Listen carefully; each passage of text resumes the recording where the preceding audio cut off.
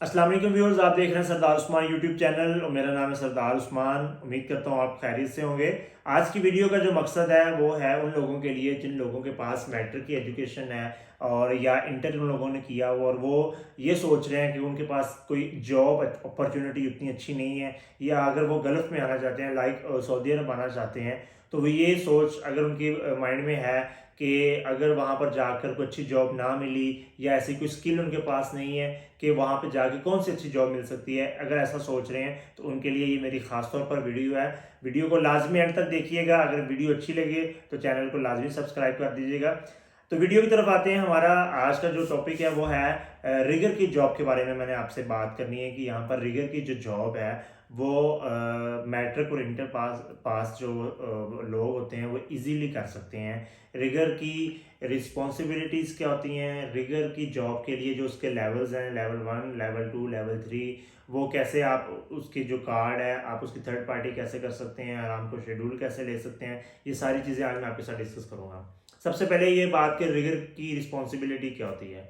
देखिए, रिगर एक tower crane जहाँ पर भी लगी होती है, वहाँ टावर क्रेन एक्चुअल किस लिए यूज़ होती है, लिफ्टिंग के लिए यूज़ होती है। टावर क्रेन को ऑपरेट करने के लिए क्रेन ऑपरेटर होता है, क्रेन ऑपरेटर के साथ कम्युनिकेट करने के लिए एक रिगर होता है। रिगर जो होता है वो क्या करवाता है, हैवी मटेरियल या इक्विपमेंट को की मूवमेंट वर्क प्लेस पे करवाने के लिए जो है वो रिगर की जो ज़रूरत पड़ती है साइड पे। और एक साइड पे बहुत सारे रिगर होते हैं, जितनी क्रेनें लगी होती हैं उनके साथ एक एक दो दो रिगर जो अटैच होते हैं। वो क्या करवाते हैं, वो जितना भी मटेरियल होता है एक जगह से दूसरी जगह पर अगर आपने लेके जाना है तो आप क्या करते हैं, टावर क्रेन के थ्रू करते हैं चैनल, उस चैनल के थ्रू आप लिफ्टिंग करते हैं, या फोक लिफ्टर के थ्रू आप मटेरियल को एक साइड से दूसरी साइड पे कर सकते हैं। मटेरियल भी होता है, हैवी इक्विपमेंट भी होते हैं, उसमें उसके वेट पे डिपेंड करता है कि कितने वेट का मटेरियल आप उठा रहे हैं, उसमें क्या कौन सा रिगर आपको जो है ना वो सूट करता है। अगर आप 10 टन तक वेट उठाना है, किसी ने 10 टन तक जो मटेरियल उठाया जाता है वहाँ पर रिगर लेवल 3 ही यूज़ होता है। रिगर लेवल 3 वो अपनी जॉब को इजीली डन करता है। अब रिगर लेवल 3 का सर्टिफिकेट कैसे मिलता है, बहुत सारे लोग पहले मैं ये बता दूं कि रिगर लेवल 1, लेवल 2, लेवल 3 ये रिगर के 3 स्टैंडर्ड हैं, ठीक है। इसमें जो सीनियर होता है, मोस्ट सीनियर होता है, वो रिगर लेवल 1 होता है। रिगर लेवल 2 उससे नीचे होता है, फिर रिगर लेवल 3 उससे नीचे होता है। सबसे पहले जब आप फ्रेश आते हैं, न्यू आते हैं, तो आपने जो आके करना होता है वो होता है रिगर लेवल 3 की थर्ड पार्टी करनी होती है। वो लोग जिनके पास बहुत ज़्यादा इन्वेस्टमेंट नहीं है, थोड़े से पैसे हैं, अपनी वीज़ा अरेंज करके यहाँ पर आ गए हैं, उन लोगों के लिए ख़ास तौर पर वो यहाँ पर आकर क्या करेंगे, सबसे पहले अपना रिगर लेवल 3 की थर्ड पार्टी करें। रिगर लेवल 3 की 500 टू 600 रियाल तक उसकी फ़ीस है। आप उसकी क्लासेस लेके उसका एग्ज़ाम देके तो आपको रिगर लेवल 3 का कार्ड दे दिया जाता है, थर्ड पार्टी सर्टिफिकेट बोलते हैं उसको। उस कार्ड पे आपको लोकल प्रोजेक्ट पे जॉब मिल जाती है। जॉब मिलने के चांसेस होते हैं, बहुत ज़्यादा नहीं है लेकिन हैं चांसेस, लग जाते हैं लोग काम पे, इजीली मिल जाता है काम तकरीबन।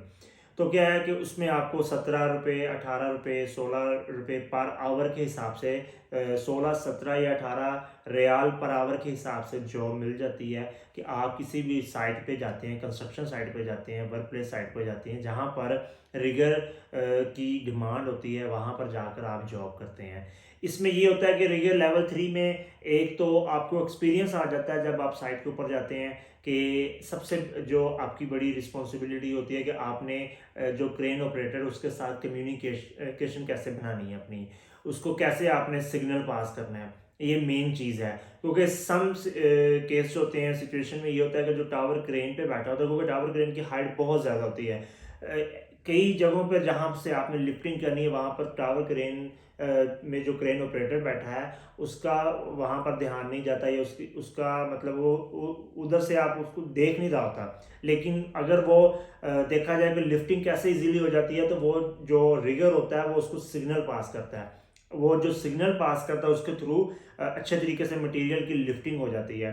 दूसरी बात यह है कि इसकी रिस्पॉन्सिबिलिटी में ये भी आता है कि जिस जगह से इसने लिफ्टिंग करवानी होती है उधर वो एरिया को बैरिकेड करना लाजमी होता है, क्योंकि अगर आप लिफ्टिंग करवा रहे हैं और खुदा ना खास्ता आपकी लिफ्टिंग के टाइम में जो आपने मटेरियल या इक्विपमेंट आप उठवा रहे हैं तो वो अगर नीचे गिरता है, तो अगर वहाँ पर पब्लिक का आना जाना हुआ, वर्कर्स का आना जाना हुआ तो वो इंसिडेंट हो सकता है, बहुत बड़ा इंसिडेंट हो सकता है जिसमें आप फेलियर साबित होंगे।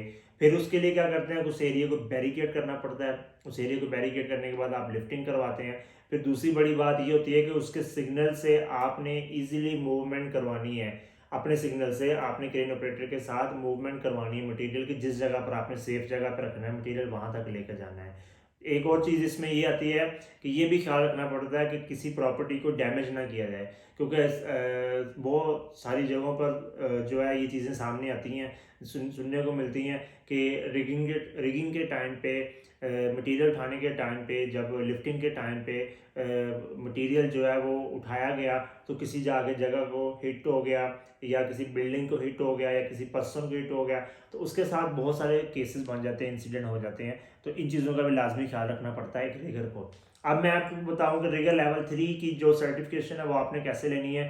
रिगर लेवल 3 आपने जब सऊदी आ जाना है तो आके रिगर लेवल 3 का थर्ड पार्टी सर्टिफिकेट करना है। थर्ड पार्टी सर्टिफिकेट करने के बाद आपने ना रामको में जॉब ढूंढनी है। जो लोकल प्रोजेक्ट हैं, न्योम सिटी में भी बहुत सारी डिमांड आती हैं, रियाज में भी बहुत सारी डिमांड है, जद्दा में प्रोजेक्ट शुरू हुए हैं वहाँ पे बहुत सारी डिमांड है। तो कई जगहों पर आपको मिल जाती हैं और होपफुली आपको जुबेल के एरिया में मिल जाती है। एक साल आप उसमें जॉब करें, एक साल आप वहाँ पर काम करें। रिगर लेवल 3 में आप जो है ना वो एक साल काम करें, तो फिर आप क्या करते हैं, रिगर लेवल 2 के लिए अप्लाई कर देते हैं, रिगर लेवल 2 का एग्ज़ाम देते हैं। रिगर लेवल 2 जब आपका हो जाता है, एग्ज़ाम क्लियर हो जाता है, फिर आप रिगर लेवल 2 में आ जाते हैं। उसमें ये होता है कि उसमें ज़रा जो ज़्यादा वेट उठाना होता है, मतलब कि जो 10 टन से अबव वेट जितना होता है वो रिगर लेवल 2 उठाता है। और ये कितना कहाँ तक उठा सकता है, 40 टन तक उठा सकता है। 10 टन से 40 टन तक का जो वेट होता है वो रिगर लेवल 2 उठा सकता है, वो रिगर लेवल 3 वाला नहीं उठा सकता। तो जितना फिर हैवी मटेरियल हो जाता है, हैवी लोड हो जाता है, या हैवी इक्विपमेंट उठाना होता है 10 से 40 टन तक, वो रिगर लेवल 2 की रिस्पॉन्सिबिलिटी में आता है। उसमें कौन सा बेल्ट यूज़ होना है, कौन से विंच यूज़ होनी है, ठीक है, और पुली का जो है वो कंडीशन उसकी कैसी होनी चाहिए, ये सारी चीज़ें जो है ना ये ऑब्जर्व करके उसके बाद जो है वो आप अपना जो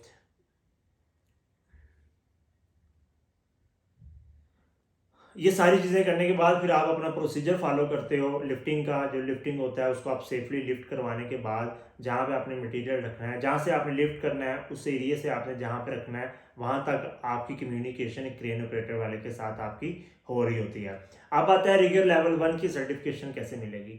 रिगर लेवल 1 भी ऐसे ही, आपने रिगर लेवल 2 में जब थोड़ा सा टाइम गुजार लिया, चीज़ों को समझ लिया कि प्लान कैसे बनता है, एक रिगर लेवल 1 जो है वो प्लान कैसे बना के देता है, उसको कैसे इंप्लीमेंट करता है, ये आपने रिगर लेवल 2 जब होता है इंसान, जब वर्क एक बंदा रिगर लेवल 2 के स्टैंडर्ड पे है तो वो वहाँ से चीज़ें सीख लेता है। वो एप्लीकेबल तो नहीं होता लेकिन सीख लेता है, क्योंकि उसने जब रिगर लेवल 1 में उसको प्रमोट होना है उसने, तो वो उसे जाके फिर बहुत हैवी लोड्स का जो है वो आपको प्लान बनाना पड़ता है। उस प्लान को बनाने के बाद आप उसकी लिफ्टिंग करवाते हैं। ऐसा नहीं कि आप आए और बेल्ट डाला उठा लिया, नहीं, सबसे पहले उसके एरिया को देखा जाता है, एरिया ऑब्जर्व किया जाता है जहाँ से आपने लिफ्टिंग करवानी होती है। उस एरिया के बाद वो इक्विपमेंट या वो मटेरियल उसकी साइजिंग की जाती है, कितना लोड है उस पर, क्या कौन सी मतलब कि मेथड, किस मेथड के थ्रू आपने इसको उठाना है। तो ये बहुत मतलब एक हैवी चीज़ें हैं जो आपको फील्ड में आहिस्ता आहिस्ता समझ आएंगी। और ऐसा नहीं कि आप आते ही कहेंगे मैं रिगर लेवल 1 बन जाऊँ, ऐसा नहीं।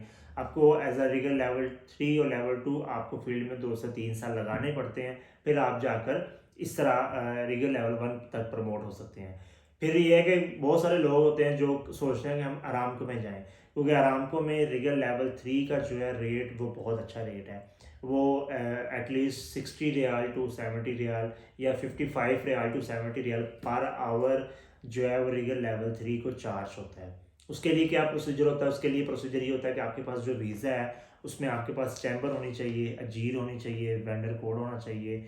और जब ये डॉक्यूमेंट्स आपके पास पूरे हैं कफील की तरफ से, तो फिर आप आरामको में अपना स्केड्यूल या शेड्यूल जिसको बोलते हैं अप्लाई कर सकते हैं। शेड्यूल अप्लाई करने के लिए उसकी 25,000 रियाल से 28,000 रियाल तक फ़ी होती है। इसका 3 साल का कार्ड बनता है। 3 साल के कार्ड के साथ आप फिर जॉब कर सकते हैं। उसके एग्ज़ाम देना पड़ता है। जब आप पास हो जाते हैं, पास होने के बाद फिर आप रिगर लेवल 3 की जॉब जहाँ मार्केट में आती है, जिस सप्लायर के पास होती है या जिस कंपनी के पास होती है, आप उसके साथ कांटेक्ट करते हैं, तो आपके साथ चीज़ें मैनेज होने के बाद आपको वहाँ पे सिलेक्ट कर लिया जाता है। जितनी देर भी काम हो, 2 माह का है, 6 माह का है, साल का है, जितने माह का भी काम हो, आपने पर आवर के हिसाब से अपनी टाइम शीट चार्ज करनी होती है। रिगर लेवल 3 के बाद आप सोच रहे हैं कि मैंने रिगर लेवल 2 आराम को शेड्यूल लेना है, तो उसके लिए प्रोसीजर भी वही है। उसकी फ़ीस जो है वो नॉर्मली 35,000 टू 38,000 तक होगी, मुझे कंफर्म नहीं है ये, लेकिन ये है कि इतनी फ़ीस होती है उसकी। इसका कार्ड भी 3 साल का होता है, तो ऐसे ही है कि इसका रेट ज़्यादा होता है। इसका रेट 80 टू 95 रियाल तक पर आवर तक होता है। ठीक है, रिगर लेवल 1 तो फिर बहुत ज़्यादा रेट होता है, इसका 100+ भी मिलता है रिगर लेवल 2 का, लेकिन ये है कि इतना रेट इसका है। इसलिए रिगर का स्कोप है, रिगर में पैसा भी है। रिगर की जॉब के लिए आपको कोई बहुत मतलब कि ये नहीं कि आपको इंजीनियर हो या आपके पास किसी किस्म की ऐसी डिग्री हो, ग्रेजुएशन हो, तो आप रिगर में आ सकते हैं, ऐसा नहीं है। रिगर की जॉब के लिए आप मैट्रिक पास भी हों या चाहे इंटर पास हो, आप आएँ, अपना वीज़ा लें। वीज़ा अगर आप बड़ा नहीं ले सकते तो स्टार्ट में आप जो है वो फर्जी मुसस्से का वीज़ा ले लें, जो राउंड अबाउट 10 से 11,000 रियाल तक मिलता है। 10 से 11,000 रियाल आप लगाकर यहाँ पर सऊदीया में आएँ। बाकी के जो पर अखराजात होते हैं, टिकट के, वीज़ा लगाई फ़ीस जो होती है, वो उसके एक अलग से अखराजात हैं। सऊदीया आके फिर आप यही प्रोसीजर जो मैंने आपको बताया फ़ॉलो करें, तो पॉजिटिव रहें, अच्छी चीज़ें सोचें। अगर आप ये चीज़ सोचते हैं कि मैंने वहाँ पे जाके काम करना है और अल्लाह पाक ने मेरा रोज़गार वहाँ पे जो लिखा हुआ मुझे ज़रूर मिलेगा, तो आप इंशाल्लाह ज़रूर कामयाब होंगे। लेकिन अगर आप आकर परेशान हो जाएंगे, अगर आकर आप सोचेंगे कि मैं कहाँ आ गया हूँ और मेरा कितना पैसा लग गया, तो फिर आप कभी भी कामयाब नहीं हो सकते। इसलिए जब आप जिस जगह पर आते हैं, उस जगह पर आपको अल्लाह ताला की ज़ात पे इतना यकीन होना चाहिए कि जिस जगह पर मेरा मालिक मुझे ले आया है, यहाँ पर कुछ ना कुछ मेरे लिए बेहतर है। तो अपनी सोच को बेहतरी की तरफ लेकर जाएँ, तो इंशाल्लाह आपको ज़रूर कुछ ना कुछ वहाँ से हासिल होता है, कुछ ना कुछ ज़रूर मिलता है। आज की वीडियो में सिर्फ इतना ही। मैं उम्मीद करता हूँ कि आप लोगों को जो मैंने चीज़ें बताई हैं वो समझ आई होंगी। जो लोग पाकिस्तान में मौजूद हैं, मैट्रिक इंटर किया हुआ है, बाहर आने का सोच रहे हैं, इन चीज़ों के ऊपर फॉलो करें, इन चीज़ों को ऑब्ज़र्व करें, इस प्रोसीजर को देखें। अगर उनकी रेंज में आता है तो वो लाज़मी ये चीज़ करें। इसमें फ्यूचर है, यहाँ पर इसमें फ्यूचर है और इसमें अच्छी जॉब आपको मिल जाती है। ये सिर्फ इतना ही। दुआ करता हूँ अल्लाह आपको अपनी हिफ्ज़ व ईमान में रखे। दुआओं में याद रखिएगा। अगर वीडियो अच्छी लगे, चैनल को लाज़मी सब्सक्राइब कर दीजिएगा। अल्लाह हाफ़िज़।